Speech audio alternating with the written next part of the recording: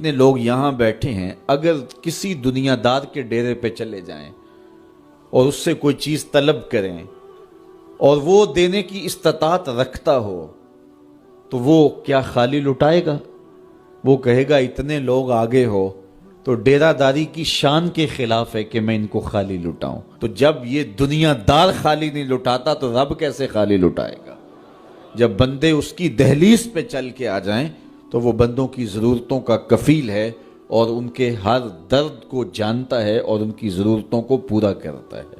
علماء نے کہا دعا ہر صورت قبول ہوتی ہے، یا تو یہ ہے کہ فوراً قبول ہو جاتی ہے، جو مانگا فوراً مل گیا، اور کبھی ایسا ہوتا ہے کہ فوراً نہیں ملتا، حکمت ہوتی ہے اور فوری دینا مناسب نہیں ہوتا تو اس کو فوری نہیں دیا جاتا، لیکن دعا بعد میں کچھ عرصے کے بعد اس کی ڈیمانڈ پوری کر دی جاتی ہے۔ اور کبھی ایسا ہوتا ہے نہ فوری دیا جاتا ہے نہ بدیر دیا جاتا ہے، اس دعا کو ذخیرہ کر لیا جاتا ہے اور حشر کے دن اس کا بدلہ دیا جائے گا۔ اور روایت میں آتا ہے حشر کے دن جب ان دعاؤں کا بدلہ دیا جائے گا جن کا بدلہ دنیا میں نہیں ملا تھا تو لوگ آرزو کریں کہ کاش کہ دنیا میں کوئی دعا قبول ہی نہ ہوئی ہوتی، سارے صلے آخرت میں ملتے۔ اللہ اکبر۔ کبھی ایسا ہوتا ہے جو مانگا جاتا ہے وہ نہیں دیا جاتا، اس کے بدلے میں کچھ اور چیز دے دی جاتی ہے جو اس کی ضرورت ہوتی ہے اور جو اس کے لیے مناسب ہوتی ہے۔ وہ کچھ اور مانگ رہا ہوتا ہے لیکن اللہ اپنی حکمت کے تحت اسے کچھ اور عطا کر دیتا ہے۔ بہر صورت دعا قبول ہوتی ہے اور بندوں کے اٹھے ہوئے ہاتھ اللہ پسند کرتا ہے۔ آج یہ بھی بحث چلتی ہے نہیں مانگنا چاہیے، فلاں وقت میں نہیں مانگنا چاہیے، تو وہ کہتا ہے مجھ سے مانگو جب بھی مانگو، میرا دست کرم تمہیں دینے پہ آمادہ ہے۔ اور اگر کوئی نہیں مانگتا تو فرمایا کل ما یابو بکم ربی لولا دعاؤکم، اے محبوب فرما دو اگر یہ نہیں مانگیں گے تو اللہ بھی پرواہ نہیں کرے گا۔ مانگنا تمہاری ضرورت ہے، اگر تم مانگتے رہو گے تمہاری جھولیاں بھرتا رہے گا، اور اگر تمہیں اسے نہیں پکارو گے تو وہ بھی تمہاری پرواہ نہیں کرے گا۔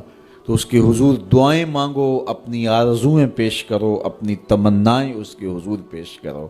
اچھا دنیا داروں سے مانگیں تو اپنے لیے مانگتے ہیں، لیکن اللہ سے مانگو تو اپنے لیے بھی مانگو، اوروں کے لیے بھی مانگو۔ وہ کریم ہے، وہ دیتا ہے اور خوش ہو کے دیتا ہے، تو اس سے مانگو، اس سے جھولی پھیلاؤ۔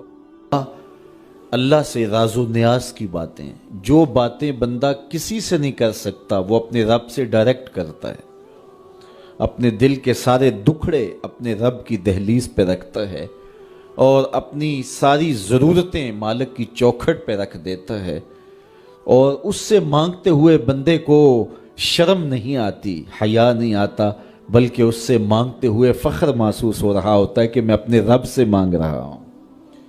کسی اور سے مانگیں تو جھجک لگتی ہے، لیکن مالک سے مانگیں تو اپنائیت کا احساس ہوتا ہے کہ میں اس سے مانگ رہا ہوں، اس لیے کہ وہ ہمارا رب لگتا ہے، ہمارا اس سے ربط کتنا گہرا ہے۔ مسجد نبوی کا ایک کونا تھا اور ایک بندہ وہاں بیٹھ کے دعا مانگ رہا تھا۔ اس کے دعا کے لفظوں پہ غور کیجئے، اے اللہ میں تجھ سے اس لیے مانگتا ہوں کہ تو میرا اللہ ہے، تیرے علاوہ میرا ہے بھی تو کوئی نہیں۔ تو یہ وہ دعا مانگ رہا تھا اور مسجد نبوی کے کونے میں بیٹھا تھا۔ حضور نے دیکھا تو ایک صحابی سے کہا وہ جو دعا مانگ رہا ہے اس کو جا کے بتا دو تمہاری دعا قبول ہو گئی ہے۔